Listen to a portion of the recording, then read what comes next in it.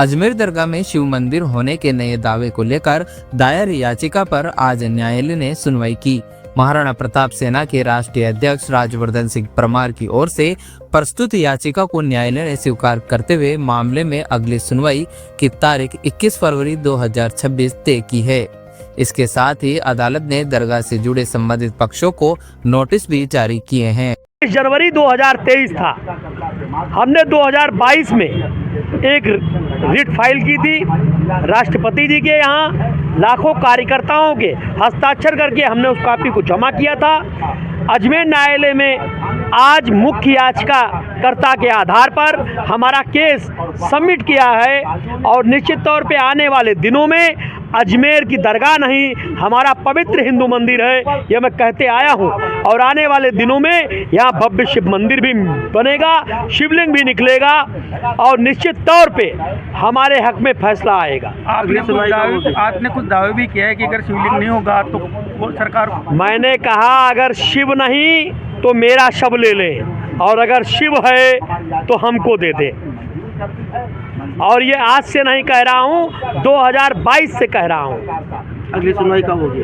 21 फरवरी 2026 को अगली सुनवाई होगी। निश्चित तौर पे मुझे लगता है कि आने वाले दिनों में निर्णय हमारे हक पे होगा।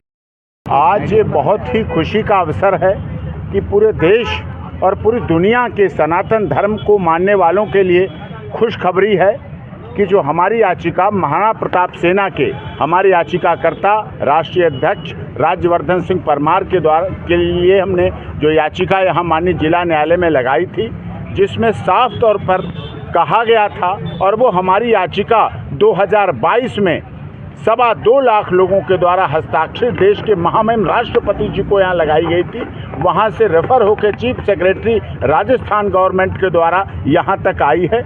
उसमें हमारी मांग थी कि पुरातत्व सर्वेक्षण विभाग के द्वारा, राजस्थान सरकार के द्वारा हमारे ऐतिहासिक संरक्षण की जो बात है, जिसके लिए हमारे याचिकाकर्ता लगातार काम कर रहे हैं, उसमें अजमेर शरीफ की दरगाह के नीचे शिवलिंग है, पवित्र महादेव जी का प्राचीन मंदिर है। मुगल आए, आताताई आए, उन्होंने अपने आक्रमण के द्वारा जिस तरह से आपने अन्य जगह पर देखा, जिस तरह से आपने सोमनाथ देखा, अयोध्या देखा, मथुरा, वृंदावन, काशी, संभल, वाराणसी, ये सब कुछ देखा, उसी तरह से मुगलों ने यहाँ भी जो अजय मेरू जो राजधानी थी पृथ्वीराज चौहान की और उनके वंशज यहाँ लगातार पूजा पाठ करते रहते थे।